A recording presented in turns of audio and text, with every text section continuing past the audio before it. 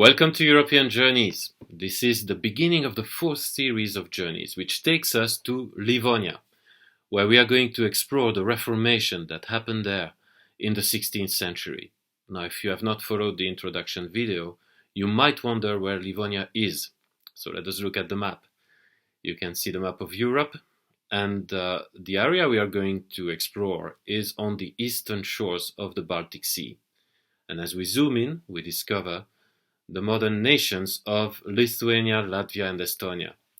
Well, Livonia corresponded more or less to the modern nations of Latvia and Estonia. And the country we are going to go today is to Latvia. And we are going to explore a small town called Salaspils, which is located not so far from Riga, some 20 kilometers or so. And it is along the Daugava River, along a water reservoir there. And Salaspils means island castle. But in fact, if you explore the land, you will not find any island, nor will you find any castle standing. In fact, this is because the dam, which was built just after World War II during the Soviet occupation of Latvia, greatly changed the landscape. And what remains of the island today is a small peninsula that is located downstream from the dam. And this is where we are going to go.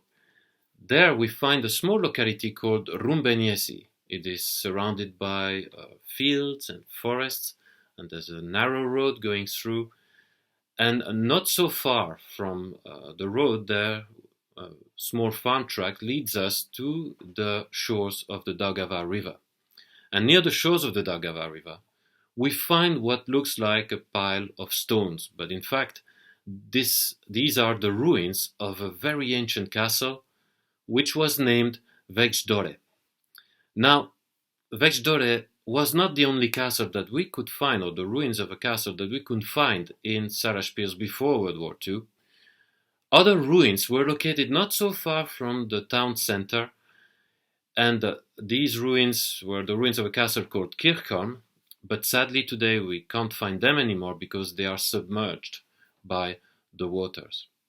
Well, in fact, Vecsdore and Kirchholm are two excellent witnesses of the situation that reigned in Livonia before the Reformation. And this is what we want to do today. We are going to explore what was the situation in Livonia before the Reformation, and this will help us understand the local specificities of the Reformation.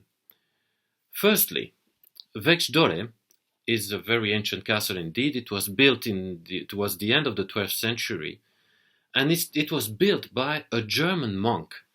His name was Maynard of Segeberg, and he was one of the first missionaries to come to Latvia, to modern-day Latvia, and he became also the first bishop of Livonia. Maynard died in the year 1196, and shortly after that, the Pope, Celestine, ordained that a crusade would be undertaken to Latvia, or Livonia, in fact.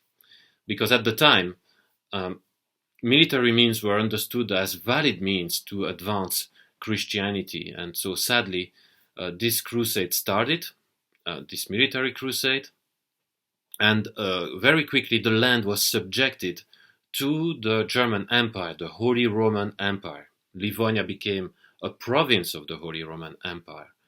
But also in 1207, the Pope dedicated the land to Mary, to the Virgin Mary, and so it was renamed Terra Mariana. Well, in fact, the end of the crusade and the assignment of Livonia to the Holy Roman Empire on the one hand and to the Virgin Mary on the other really was far from bringing peace.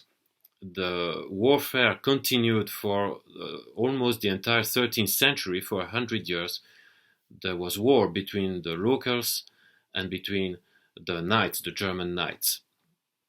Now, secondly, as we can see, Vecsdore today are but ruins. They are just ruins here. There's no more castle. In fact, the castle was destroyed during a war between not the Locals, but between the Teutonic Knights on the one hand and the ecclesiastical authorities of Riga on the other.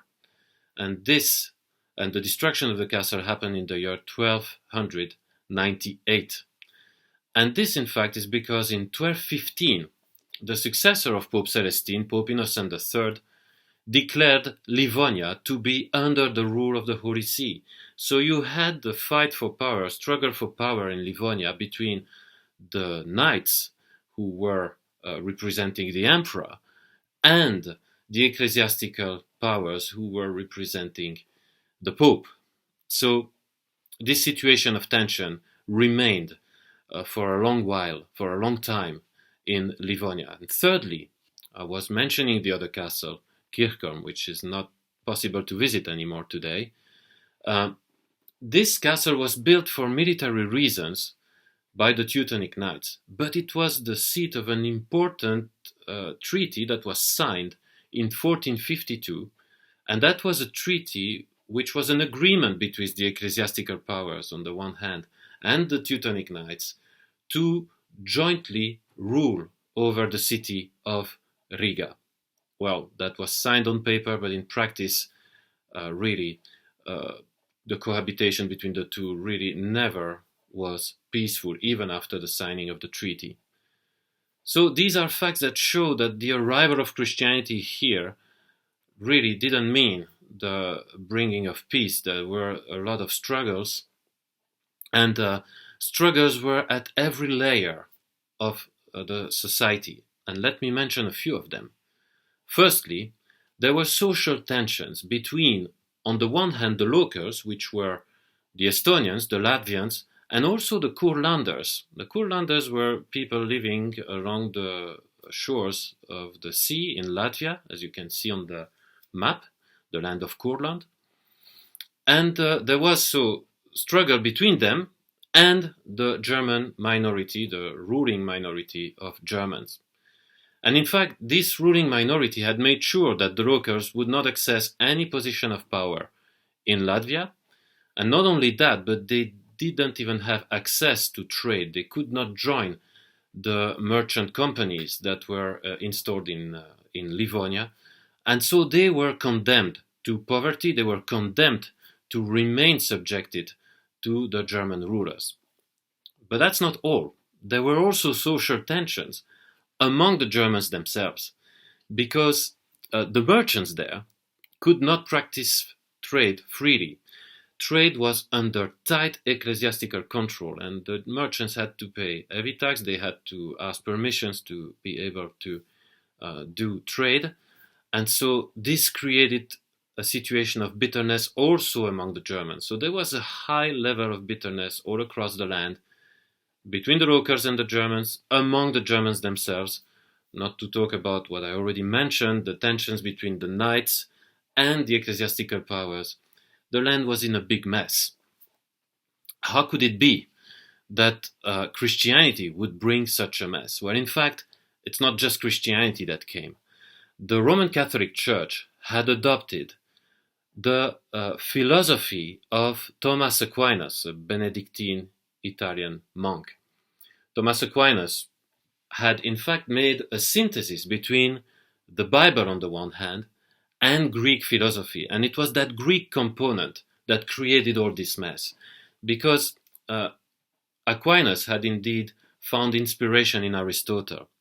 But Aristotle had developed a philosophy which is well known, the analogy of being, in which, in fact, he justified the idea that there were different classes of people, and that served the ruling Greeks at the time to justify slavery.